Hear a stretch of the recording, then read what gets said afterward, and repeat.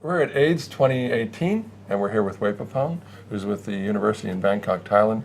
Before we get started, you're a CIPHER grantee Yes. awardee, and I wanted to give you the opportunity to introduce yourself completely with your affiliations, and tell us a little bit about yourself.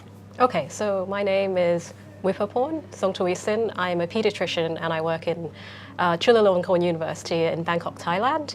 And I work mainly with adolescents in HIV prevention. So you obviously qualified very well, and you're in a large cadre of people that they selected the CIPHER grant awardees out of. So I'd like very much to see what it is, to hear from you about what your grant is, what your award is for. So we have just a bit of background. We have a big problem in Bangkok with about 10 to 15% of our MSM population being HIV positive, and an even larger problem with adolescents becoming the new group of people who are getting more and more new infections in HIV. And so as pediatricians, we see new infections every week, and so we wanted to do something that was going to help prevent new infections. So what we did was we tried to adapt our services so that they were more youth-friendly, and adolescents had a service that they feel that was accessible to them and that they could use to prevent HIV. And so we're promoting PrEP adherence using a mobile phone application. Now, what age group are we talking about? How early are people being infected? So the youngest person I personally have seen is 12. Wow. But the project that we're doing is probably the youngest group in terms of a clinical trial that's been done so far in Thailand, which is 15 to 19. Right. It's still very early, but it's still 15, yeah. Yeah. So this is challenging because you have to get information to people who are very young. Yes. And you have to craft that message very specifically and very sensitively. Yes, exactly. Yes. So can you tell us about how you're doing that, how you're getting the word out? So initially we started with focus groups because obviously as adults we can't even pretend to understand what their needs are. And so we talked to people who were HIV negative but identify themselves at risk. And so these were people who were coming to clinics to get tested for HIV because they felt they were at risk. And we asked them, if we were to deliver a mobile phone application as service, what are the sorts of things you would want? And so things people said were things like convenience, friendliness, non-judgmental providers, and just forgiveness. And so understanding that they have a certain lifestyle that we have to try and understand and adjust to deliver services.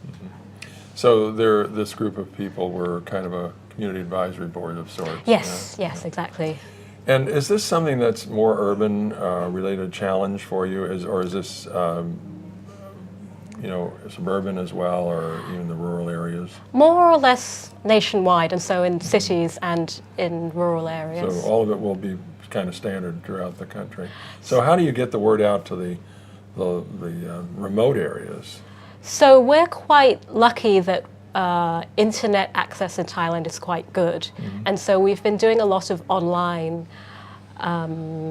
recruitment and information giving. And another thing that we found has also helped is friends of people in key populations informing each other. So they just spread the word. Exactly, exactly. It's very becomes trendy then. Would you say that it's become trendy, or to like give the right message out there? And I wouldn't say it was trendy, but definitely the word is starting to get out. But I have to be honest, I think that we're still in the stages of learning and trying to adjust how we approach getting the message out so that it gets to the right people who are at the highest risk. Okay. So, what are your biggest challenges right now that you're facing? I would have to say the biggest challenge is getting the message out to the highest risk people, because the information that we have so far is, yes, we are getting to people at risk, but they are not the people at the highest risk, because what we do as pediatricians as well is we ask people who come to us with a new infection and then ask them Right. Did you know about this? And we So, still feel that there's a way to go in terms of getting access to these people who we obviously didn't manage to prevent in time. Right. So this is STDs, sexually transmitted disease. Yes, so STDs and HIV. Yeah. And I would say the second challenge, which I think is much harder, is judgment from healthcare workers, because I find that a lot of adolescents say to me that they're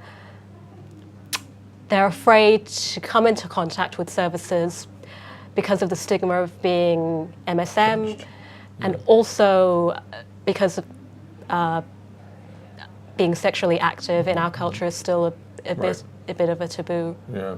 So do you do, I guess this is the opportunity for me to ask the question, that do you actually do CME or continuing educational credits for people who are providers who need to learn the problems and the challenges? People say, you really have to be very sensitive, you have to have good bedside manner and training on that, because that seems that they've obviously told you that's one of their challenges, the people not wanting to confront people who are judgmental.